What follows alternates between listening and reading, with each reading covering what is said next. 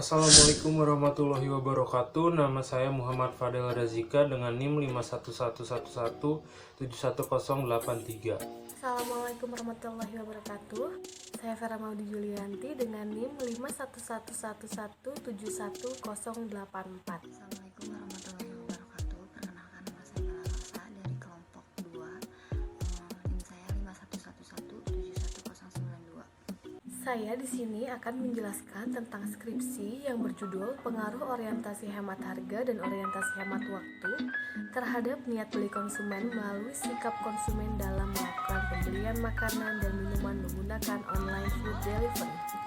Selanjutnya, saya akan menjelaskan tentang latar belakang. Dari tahun ke tahun, pengguna internet terus meningkat dan berkembang, terutama dari 5 tahun terakhir ini. Internet berkembang dengan sangat pesat dan bahkan menjadi hal yang sangat penting dalam kehidupan sehari-hari. Menurut Kementerian Komunikasi dan Informasi 2016, pada tahun 2014, Indonesia menduduki peringkat ke-6 dengan jumlah 83,7 juta orang pengguna internet di dunia. Dengan bertumbuhnya internet, perkembangan e-commerce semakin pesat dan sangat menjanjikan. Hal ini menjadikan pertumbuhan dan perkembangan e-commerce pada pelaku usaha mulai memasarkan produk dengan melalui media online. Menurut Badan Pusat Statistik 2019, data tingkat konsumsi rumah tangga sepanjang 2018 yaitu 5,08%, yang lebih tinggi pada periode yang sama pada tahun 2017. Namun, yang menjadi perhatian sepanjang 2018, tingkat konsumsi makanan dan minuman selain restoran justru menurun menjadi 4,81% pada 2017. Hal ini mengindikasikan masyarakat berkurang membeli bahan makanan pokok dan beralih ke makanan jadi. Hal ini juga disebabkan karena adanya fenomena sikap belanja sebagian besar masyarakat dari semula membeli produk dari toko retail secara langsung, kini mulai bergeser ke pola belanja melalui media online. Ada beberapa faktor yang mendorong konsumen makanan menggunakan media online dalam melakukan proses pemesanan makanannya.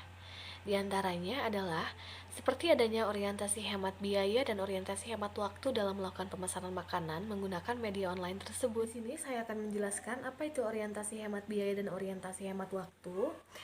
Yang pertama, orientasi hemat biaya.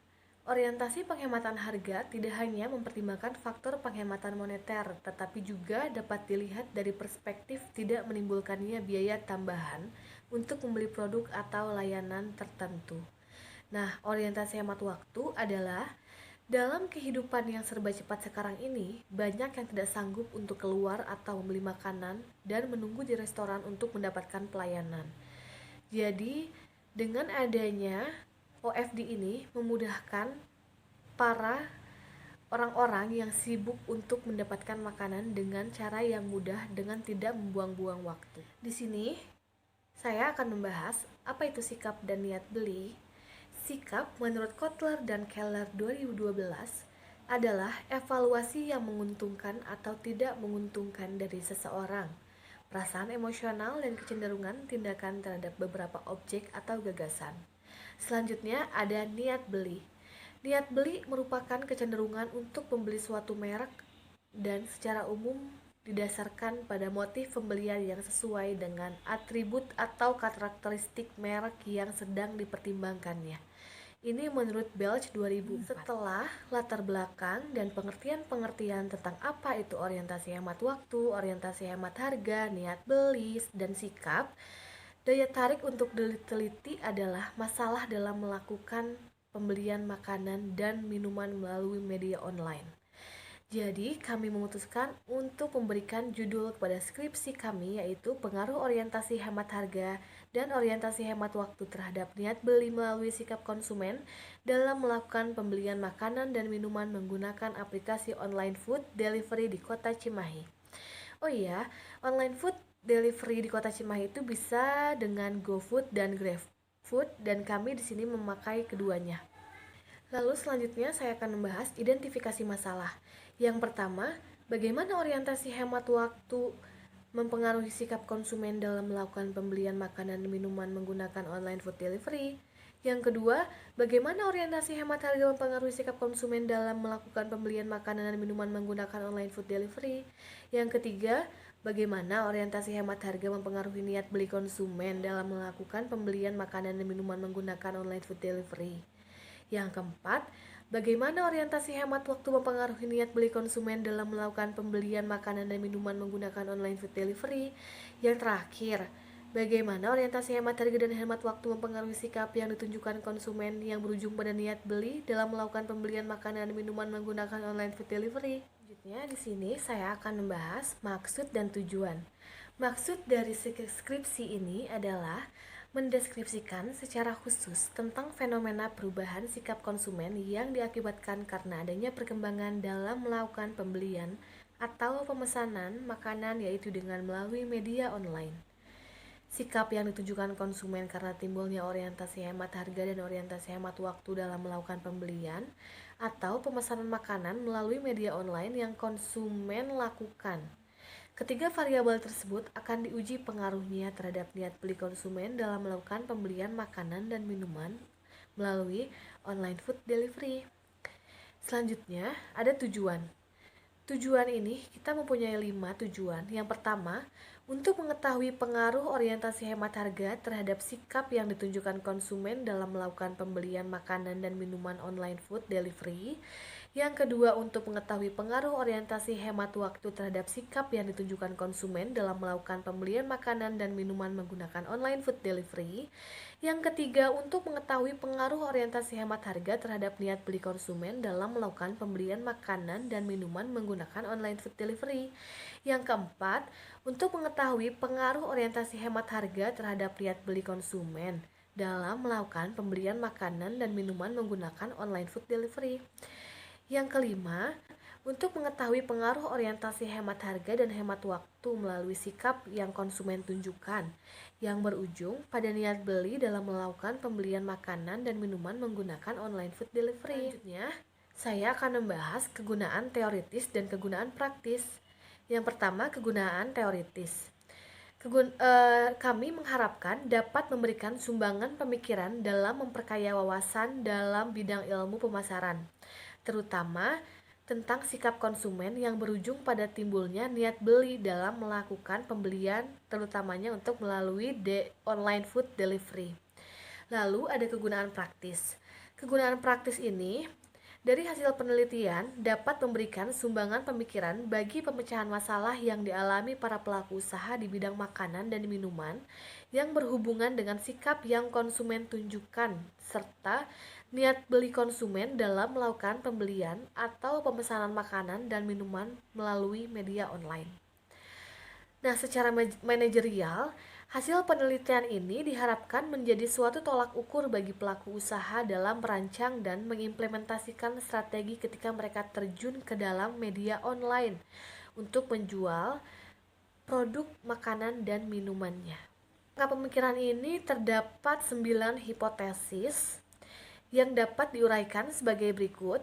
Dari penjelasan yang telah diuraikan, orientasi hemat harga dapat diukur dengan menggunakan indikator penghematan uang akibat diskon dan perbandingan biaya yang dikeluarkan dari pembelian melalui situs internet. Bisa dilihat di sini H1 dan H2. H1, penghematan uang dalam pembelian makanan secara OFD secara positif mempengaruhi sikap konsumen. H2-nya, perbandingan biaya dalam pembelian makanan secara OFD secara mempengaruhi sikap konsumen. Lalu ada H3 yang diuraikan dapat diketahui bahwa orientasi hemat waktu dapat diukur dengan indikator kemudahan sistem dan kepercayaan atas waktu yang berharga untuk dimanfaatkan sebaik mungkin. Lalu H3-nya yaitu kemudahan sistem dalam melakukan pembelian makanan melalui OFD secara positif mempengaruhi sikap konsumen.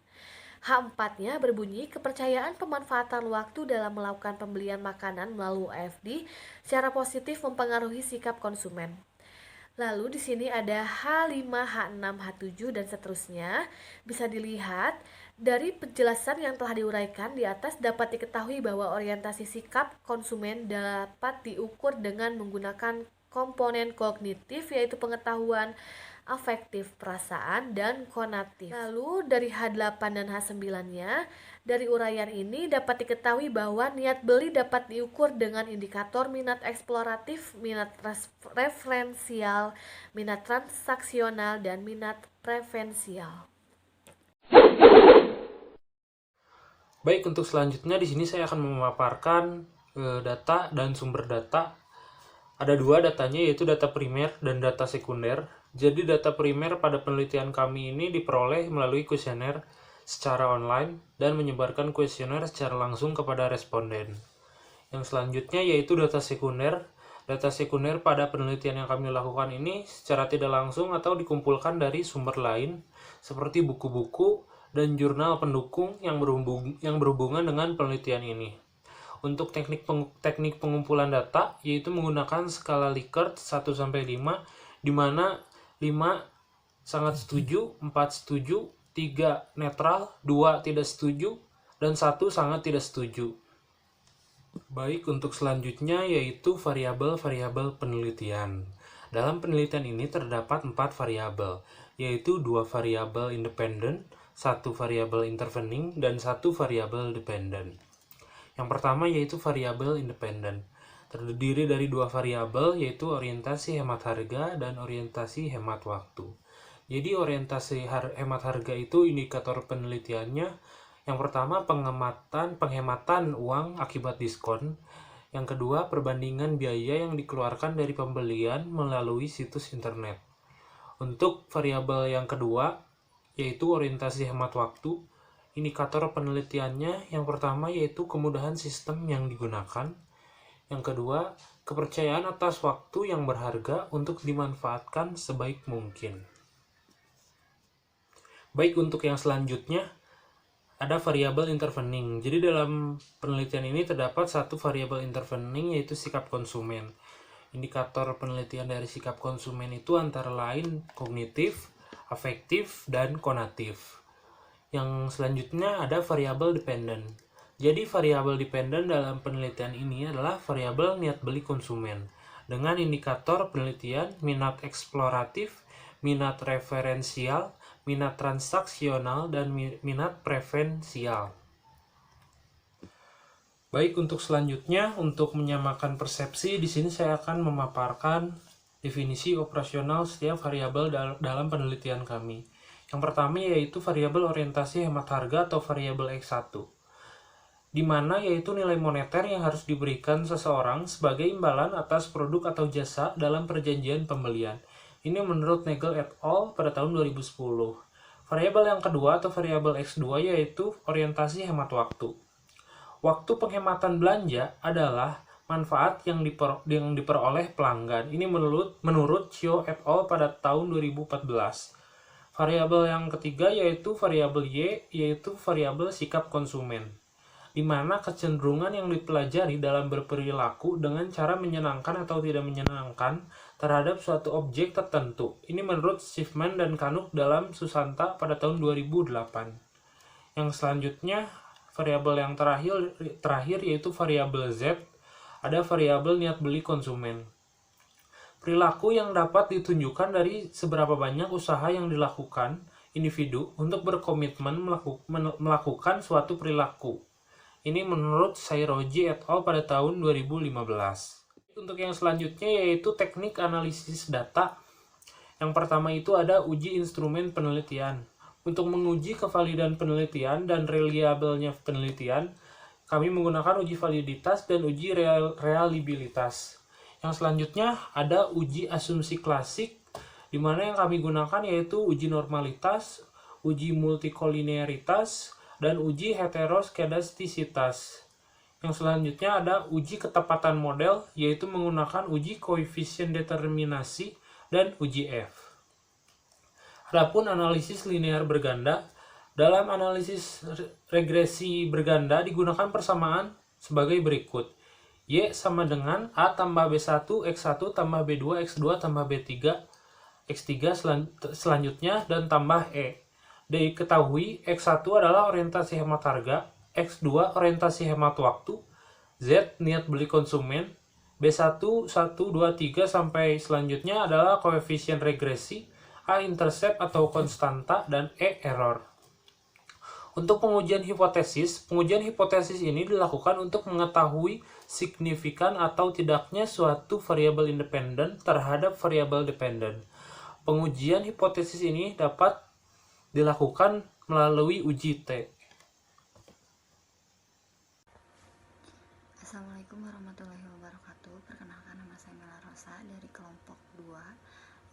NIM saya 5111711092. Langsung saja, di sini saya akan memaparkan analisis data dan pembahasan di mana gambaran umum penelitian ini sendiri yaitu objeknya menggunakan aplikasi layanan pembelian makanan dan minuman online atau online food delivery, sedangkan untuk respondennya yang dijadikan sampel yaitu konsumen yang tinggal di daerah Cimahi yang melakukan pembelian online food delivery. Untuk datanya sendiri, kelompok kami menggunakan dengan cara menyebarkan kuesioner melalui media online seperti WhatsApp dan Line. Untuk kuesioner sendiri telah disebar dengan jumlah total yang diisi oleh sebanyak 50 orang, tetapi di sini kelompok kami hanya mengambil 50 orang dari yang disebar karena yang 10-nya lagi dijadikan sebagai dijadikan sebagai cadangan, biar kalau ada data yang dari 50 orang ini yang tidak memenuhi syarat bisa digantikan oleh yang 10 cadangan ini sendiri. Ya, untuk karakteristik respondennya sendiri di sini kita membagi menjadi beberapa karakteristik. Yang pertama itu ada berdasarkan usia, berdasarkan jenis kelamin, berdasarkan pekerjaan responden, dan berdasarkan layanan online food delivery yang digunakan oleh responden itu sendiri.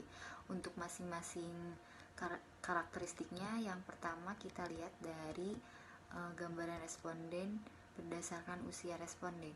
Untuk usia di bawah 20 tahun, itu ada 12 orang dengan presentasi 20%, sedangkan untuk di kisaran 20 sampai 30 tahun ada 37 orang responden dan presentasinya 61,7%, dan untuk di bawah 30 tahun dia 11 orang respondennya dengan presentase 18,3%. Dengan jumlah total responden berdasarkan usianya ada 60, tapi yang diambil 50. Nah, untuk berdasarkan jenis kelamin, langsung saja mempersingkat waktu. Untuk laki-laki persentasenya 38,3% yang mengisinya, untuk perempuan 61,7%. Jadi lebih banyak perempuan ya. Dan untuk gambaran responden berdasarkan pekerjaannya sendiri, ada persentasenya untuk mahasiswa 73,3%, untuk wirausaha ada 3,4%, dan untuk pegawai swasta 10%, dan lainnya 13,3%. Jadi yang paling banyak mengisi kuesioner ini adalah mahasiswa pelajar, karena kita menyebarkannya ke teman-teman ya melalui WhatsApp dan Line. Nah, untuk yang terakhir, gambaran responden berdasarkan layanan online food delivery yang digunakan. Untuk GrabFood dia ada 10% persentasenya, untuk GoFood sendiri ada 40%, dan untuk keduanya GrabFood dan GoFood ada 50%. Seperti itu. Oke, lanjut ke uji instrumen penelitian ya, di mana uji instrumen penelitian ini untuk menguji kuesioner yang digunakan agar seakurat mungkin dan dapat dipertanggungjawabkan. Nah, untuk uji instrumen data dalam penelitian ini meliputi uji validitas, uji reliabilitas, uji asumsi klasik, dan uji hipotesis. Kita bahas satu-satu. Uji validitas ini menurut Sekaran dan Bogi 2017 menyatakan validitas merupakan bukti ketetapan dari sebuah instrumen dalam sebuah penelitian pada kuesioner, serta proses yang digunakan telah tepat dan sesuai dengan konsepnya. Nah, untuk uji validitas ini kita menguji seberapa valid kuesioner yang kita sebar kepada responden, sesuai tidak dengan konsepannya. Nah, untuk dasar pengambilan keputusannya itu Kalau R hitung lebih besar dari R tabel, dia dikatakan valid. Sedangkan sebaliknya, kalau R hitungnya lebih kecil daripada R tabel, dia tidak valid. Nah, untuk mencari R tabelnya sendiri, kita kan menggunakan 50 responden. Kita menggunakan 50 responden dengan R tabelnya yaitu 0, dan ditentukan R tabelnya yaitu sebesar 0,279 dengan tingkat signifikasi atau dengan tingkat kesalahan 0,05%. Nah, untuk hasil yang kita dapat melalui output SPSS didapat bahwa semua hasil yang dikeluarkan oleh item kuesioner yang kita sebar nilainya lebih besar dari R hitungnya lebih besar dari nilai R tabel. Jadi bisa dikatakan bahwa bisa dilihat satu-satu per itemnya dia lebih besar ya daripada R tabel. Jadi bisa dikatakan bahwa semua angket dari penelitian ini valid karena R hitungnya lebih besar dari R tabel, mulai dari R hitung item 1 sampai R hitung item 20 seperti itu.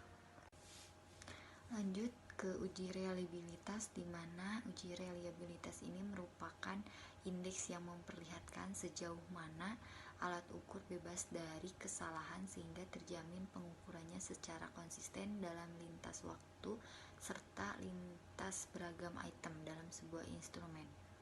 Menurut Sarkan dan Enbogi juga 2017. Nah, untuk dasar pengambilan keputusannya sedikit berbeda. Kalau untuk uji reliabilitas dia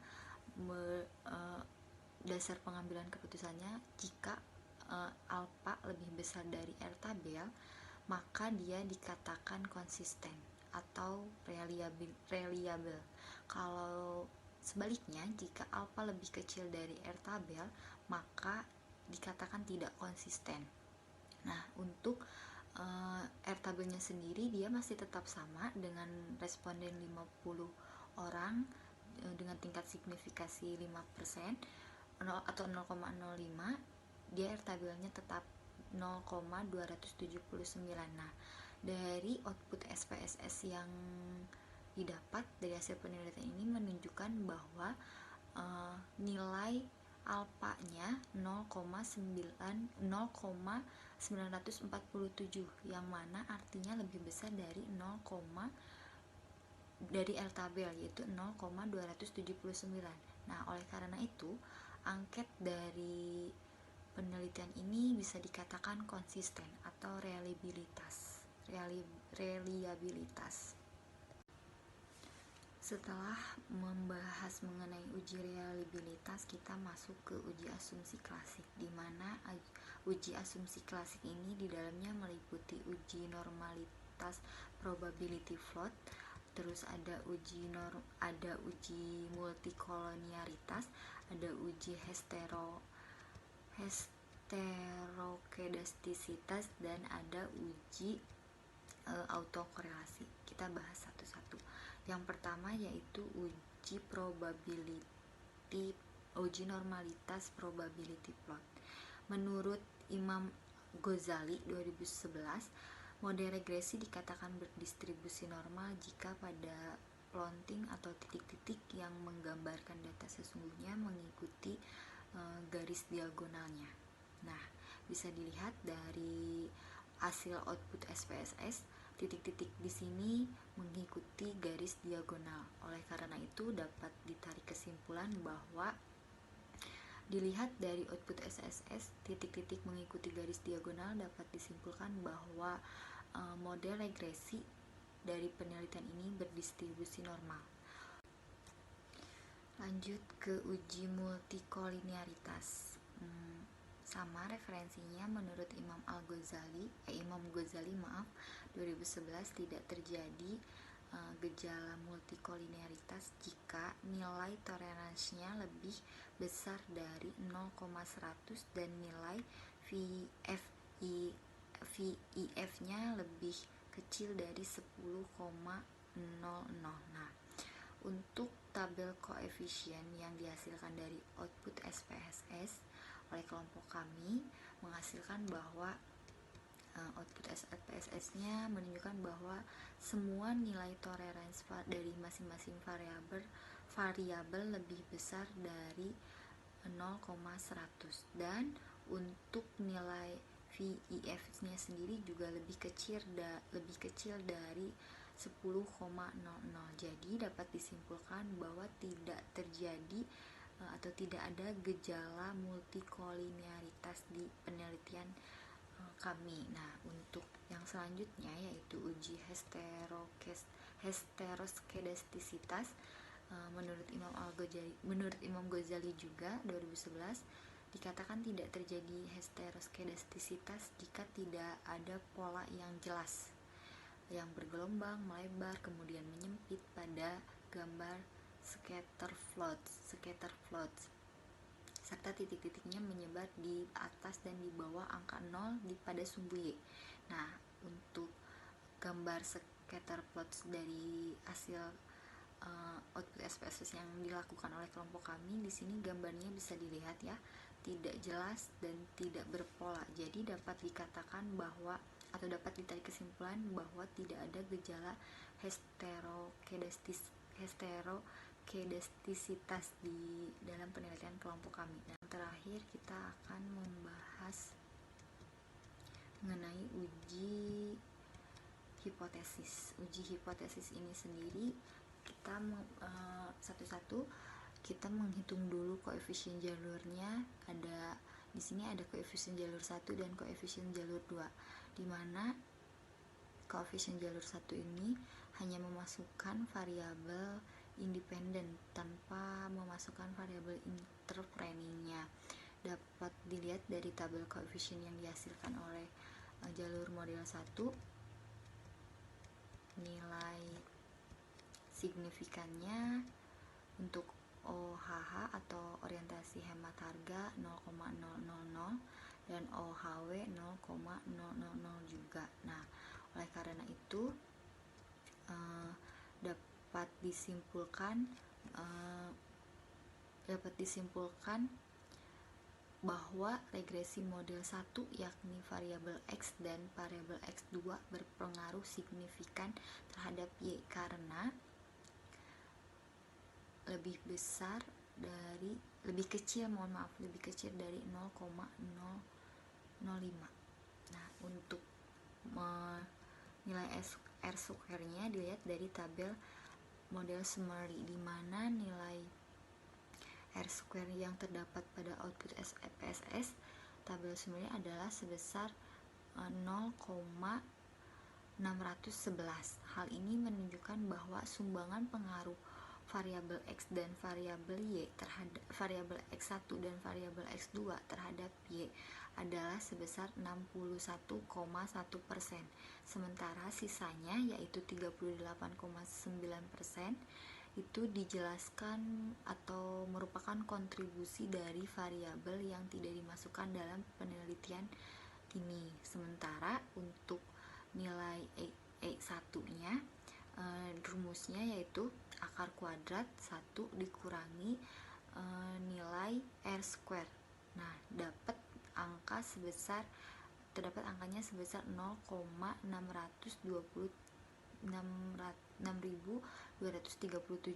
Dengan demikian bisa dilihat gambarnya. Ini di sini angkanya bisa dilihat ya, 0,389 dari nilai standarisasi koefisien beta dari tabel koefisien yang model jalur 1, sama untuk X1-nya dari nilai standar koefisien betanya. Nah, untuk EI1-nya dari perhitungan tadi, rumus akar kuadrat maksudnya. Mohon maaf ya. Yang terakhir yaitu di dalam uji asumsi klasik ini yaitu uji autokorelasi. Nah, uji autokorelasi menurut Imam Ghazali 2011 juga tidak ada gejala autokorelasi jika nilai Durbin West-nya terletak antara DU sampai dengan 4 dikurangi DU. Nah, untuk uji autokorelasi ini kita dapatnya dari tabel model summary ya, yang dihasilkan oleh output SPSS, di mana nilai DU-nya dicari pada distribusi nilai tabel Durbin-Waston berdasarkan K3 dan N50 dengan signifikasi 5%. Di sini kan respondennya 50 orang dengan signifikasinya 5%, dicari di tabel Durbin-Wastonnya, dapat dengan angka DU-nya itu 1,674, dimana dari tabel Durbin-Waston yang dihasilkan oleh model summary ini, di sini angkanya 1,6809,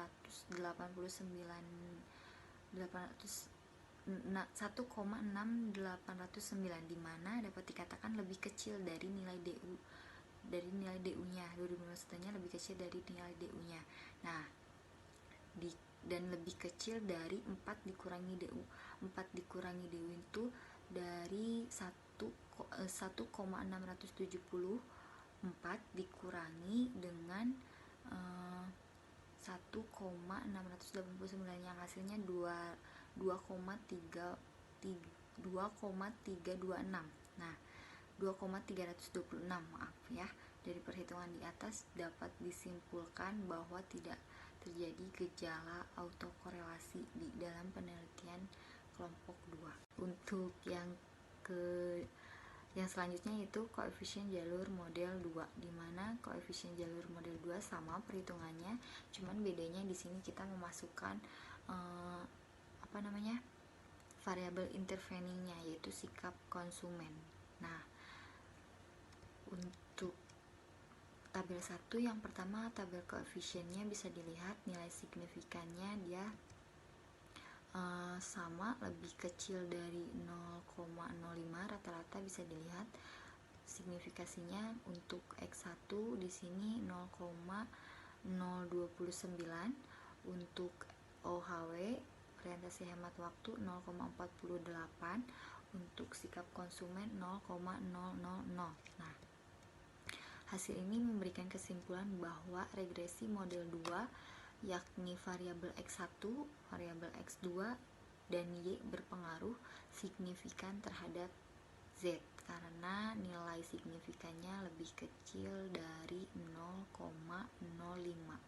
Nah, untuk nilai R-square-nya sendiri perhitungannya sama seperti tadi, bisa dilihat di sini R-square-nya yaitu 0,709, di mana hal ini menunjukkan bahwa kontribusi variabel X1, X2, dan Y terhadap Z adalah sebesar 70,9%,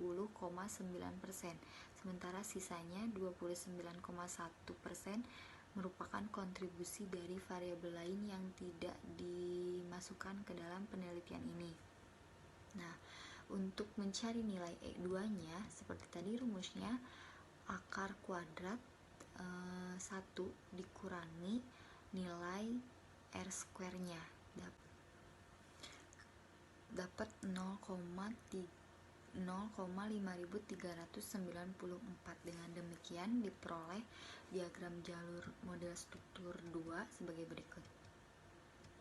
Nah, untuk orientasi hemat harga terhadap sikap konsumen nilainya 0,389, sedangkan orientasi hemat waktu terhadap sikap konsumen 0,559 itu didapat dari nilai standarized coefficient beta. Nah, untuk orientasi hemat harga langsung terhadap pengaruhnya niat beli konsumen, dia nilainya 0,107, itu dari nilai standarized coefficient beta juga dari koefisien jalur model 2. Sama seperti orientasi hemat waktu langsung terhadap niat beli konsumen, dia nilainya 0,035 dari koefisien standarized coefficient beta jalur 2. Nah, sedangkan untuk orientasi hemat harga dan orientasi hemat waktu mempengaruhi nilai niat beli konsumen melalui sikap konsumen itu nilainya 0,79 didapat dari R square. Mohon maaf, ini bukan 0,79 ya, 0,709 seperti itu. Nah, sedangkan untuk nilai E1 dan E2 nya dia dari hasil perhitungan yang tadi memakai rumus akar kuadrat seperti itu. Dan dapat disimpulkan dari hasil penelitian yang dilakukan, instrumen penelitian yang dilakukan oleh kelompok kami, bahwa serangkaian pembahasan di atas tadi dapat disimpulkan bahwa hipotesis yang berbunyi ada pengaruh orientasi hemat harga dan orientasi hemat waktu terhadap niat beli makanan dan minuman online melalui sikap konsumen dapat diterima. Seperti itu. Baik, untuk selanjutnya di sini saya akan memaparkan kesimpulan dari hasil penelitian yang kami lakukan. Langsung saja, yang pertama yaitu hasil dari signifikansi variabel orientasi hemat harga atau variabel X1 yaitu sebesar 0,029, lebih kecil dari 0,05. Jadi berdasarkan hasil tersebut, maka hipotesis 0 ditolak dan hipotesis alternatif diterima, yang berarti orientasi hemat harga berpengaruh terhadap niat beli. Yang selanjutnya, hasil dari signifikansi variabel orientasi hemat waktu atau variabel X2 ini yaitu sebesar 0,048, lebih kecil dari 0,05. Berdasarkan hasil tersebut, maka hipotesis 0 ditolak dan hipotesis alternatif diterima, yang berarti orientasi hemat waktu berpengaruh terhadap niat beli. Yang selanjutnya, hasil dari signifikansi variabel sikap konsumen atau variabel Y yaitu sebesar 0,000, lebih kecil dari 0,05. Jadi berdasarkan hasil tersebut, maka hipotesis 0 ditolak dan hipotesis alternatif diterima, yang berarti sikap konsumen berpengaruh terhadap niat beli. Oke, dari serangkaian pembahasan di atas atau hasil analisis di atas dapat ditarik kesimpulan bahwa hipotesis yang berbunyi adanya pengaruh orientasi hemat harga dan orientasi hemat waktu terhadap niat beli konsumen melalui sikap konsumen dalam pembelian makanan dan minuman menggunakan online food delivery dapat diterima.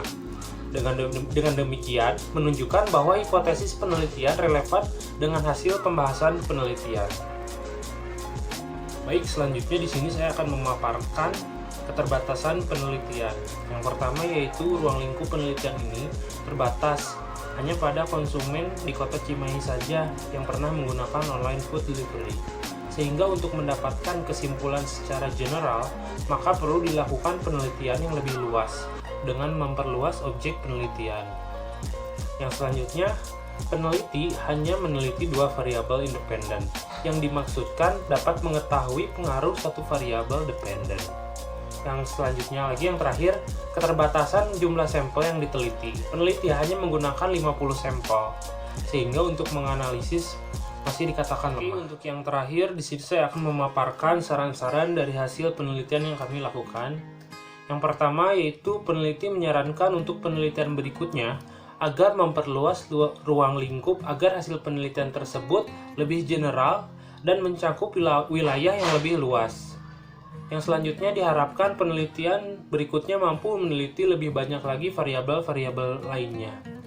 Nah, setelah itu dari jumlah sampel yang digunakan oleh peneliti yaitu sebanyak 50 sampel, diharapkan penelitian berikutnya dapat menggunakan sampel yang lebih banyak agar hasil dari penelitian dapat diperkuat dengan memperluas ruang lingkup dan memperbanyak sampel. Terima kasih.